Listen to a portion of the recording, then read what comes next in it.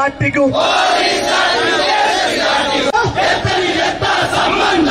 ಸಂಘೀಯ ಶಾಖೆಗೂ police ಕಾಕಿಗೂ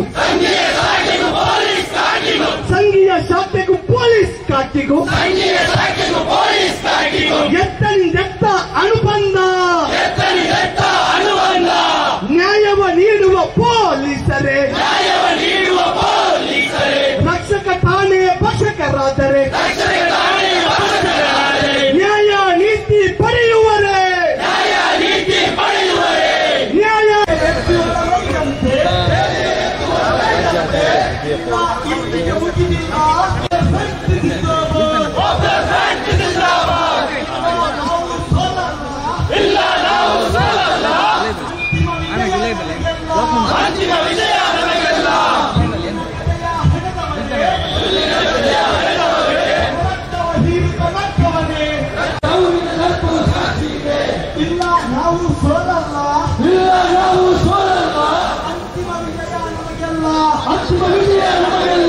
police ಲಾಟಿಗೂ ಕೇಸರಿ ಲಾಟಿಗೂ police ಲಾಟಿಗೂ ಕೇಸರಿ ಲಾಟಿಗೂ ಸಂಬಂಧ ನ್ಯಾಯ ನೀತಿ ಪಡೆಯುವರೇ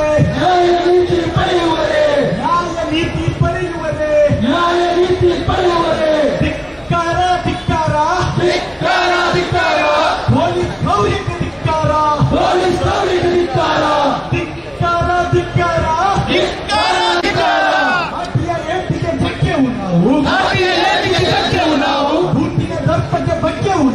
ಬೂಟಿನ ದರ್ಪಕ್ಕೆ ಬಗ್ಗೆವು ನಾವು ನಮ್ಮಯ ಹೆಜ್ಜೆ ನ್ಯಾಯದ ಹೆಜ್ಜೆ ನ್ಯಾಯವ ಪಡೆದೇ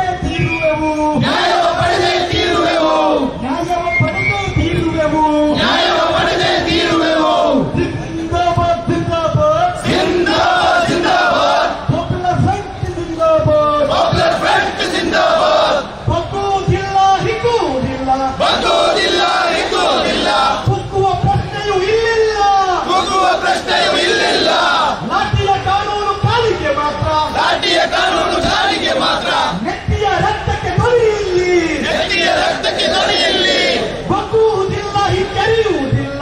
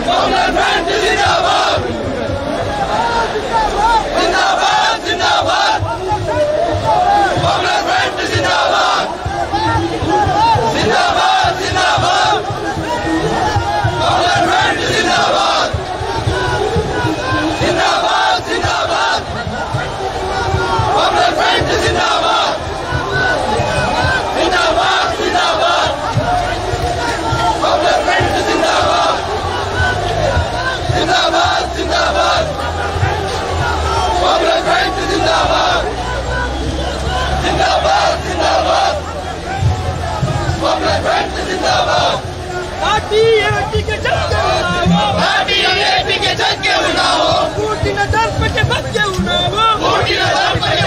ನಾವು ನಮ್ಮಯ ಹೆಜ್ಜೆ ನ್ಯಾಯದ ಹೆಜ್ಜೆ ನ್ಯಾಯವ ಪಡೆದೇ ತೀರುವೆವು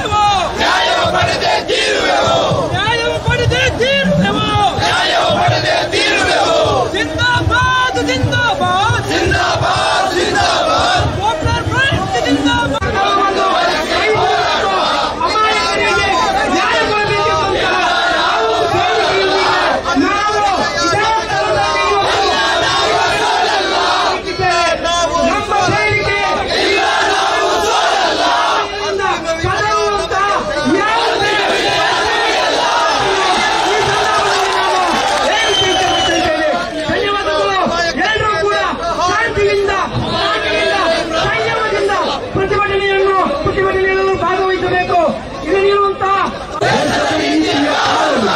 ಪ್ರತಿರೋಧದ ಶಕ್ತಿಗೆ ದಾರಿ ಬಿಡಿ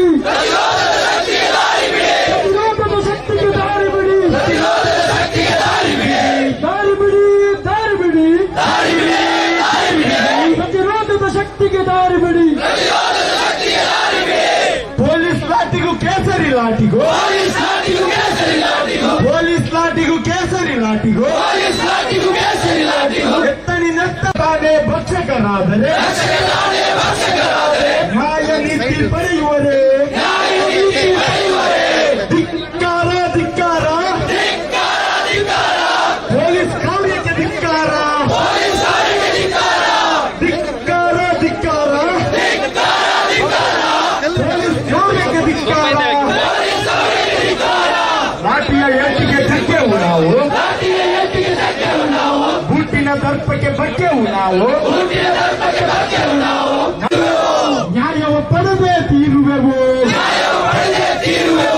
ಜಿಂದಾಬಾದ್ ಜಿಂದಾಬಾದ್ ಪಾಪ್ಯುಲರ್ ಫ್ರಂಟ್ ಜಿಂದಾಬಾದ್ ಗೌರವ ಮೆರೆದ ಕಾಕಿಗಳೇ ಗೌರವ ಮೆರೆದ ಕಾಕಿಗಳೇ ರಕ್ಷಕರೇ ಭಕ್ಷಕರಾದರೆ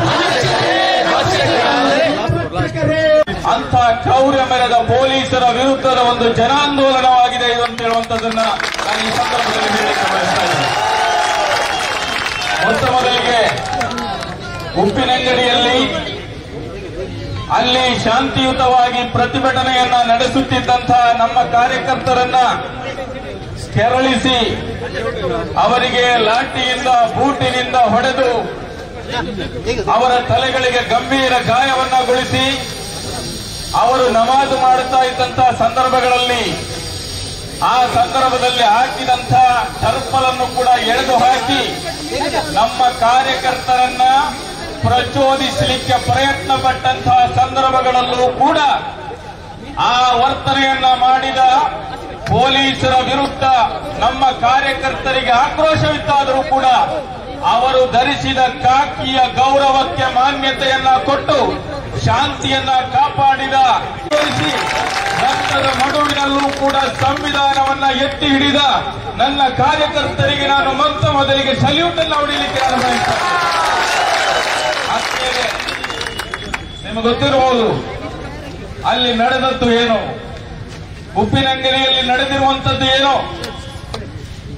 ಏನೋ ಒಂದು ಅಹಿತಕರ ಘಟನೆಗೆ ಸಂಬಂಧಪಟ್ಟ ಹಾಗೆ ಅಲ್ಲಿನ ಪಾಪ್ಯುಲರ್ ಫ್ರಂಟಿನ ಜಿಲ್ಲಾ ನಾಯಕರನ್ನ ಪೊಲೀಸ್ ಠಾಣೆಗೆ ಕರೆಸಿಕೊಂಡು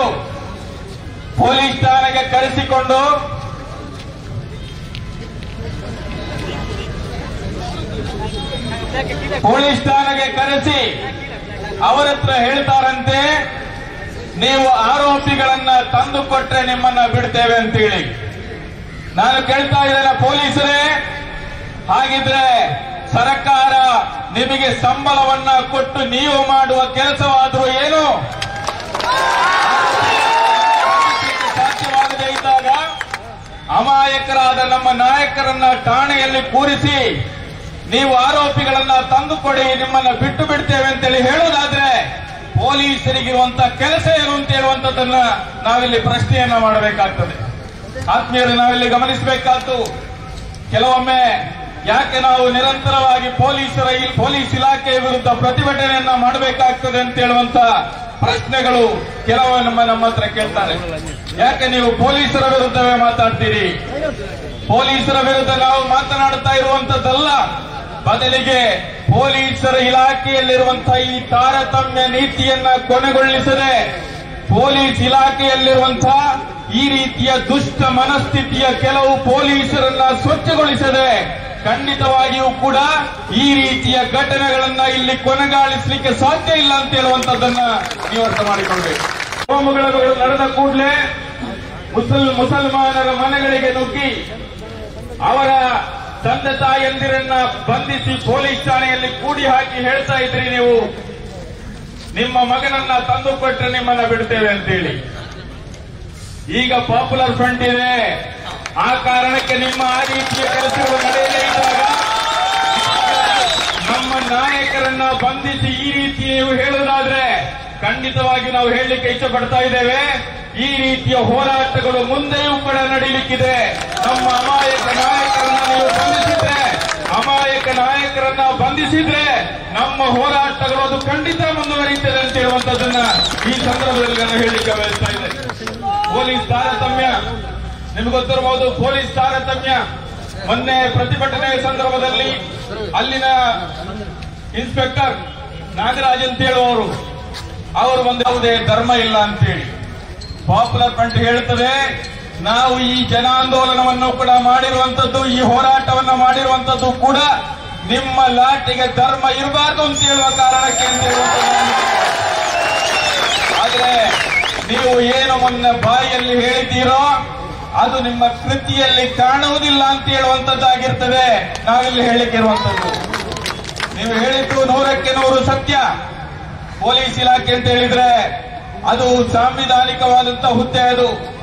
ಅದು ಈ ದೇಶದ ಸರ್ವ ನಾಗರಿಕರನ್ನು ಕೂಡ ಸಮಾನವಾಗಿ ಕಾಣಬೇಕಾದ, ಸರ್ವರಿಗೂ ಸಮಾನವಾದಂತಹ ನ್ಯಾಯವನ್ನ ದೊರಕಿಸಿಕೊಡಬೇಕಾದ, ಯಾರೊಂದಿಗೂ ತಾರತಮ್ಯವನ್ನ ಮಾಡದೆ ಸಮಾನತೆಯನ್ನ ಕಾಪಾಡಬೇಕಾದಂತ ಒಂದು ಹುದ್ದೆ. ಅದು ಧರ್ಮ ಇರಬಾರ್ದು, ಜಾತಿ ಇರಬಾರ್ದು, ರಾಜಕೀಯ ಇರಬಾರ್ದು, ಆ ಲಾಟಿಗೆ ಧರ್ಮ ಇರಬಾರ್ದು. ಆದರೆ ನಮ್ಮ ಜಿಲ್ಲೆಯಲ್ಲಿ ಕಳೆದ 1 ದಶಕದಲ್ಲಿ ನಡೆದಂತಹ ಹಲವಾರು ಇದೇ ಕಾಂಗ್ರೆಸ್ನ ಸಿದ್ದರಾಮಯ್ಯ ಸರ್ಕಾರ ಇದ್ದಂತಹ ಸಂದರ್ಭಗಳಲ್ಲಿ ಇಲ್ಲಿನ ಮುಸ್ಲಿಂ ನಾಯಕರು ಹೋಗಿ ಮನವಿಯ ಮೇಲೆ ಮನವಿಗಳನ್ನು ಸಲ್ಲಿಸಿದ್ರು. ಯಾರು ಇಲ್ಲಿ ತಾರತಮ್ಯ ಎಸಗ್ತಾ ಇದ್ದಾರೆ ಅವರ ಪಟ್ಟಿಗಳನ್ನ ಕೊಟ್ಟರು. ಆದರೆ ಅವರ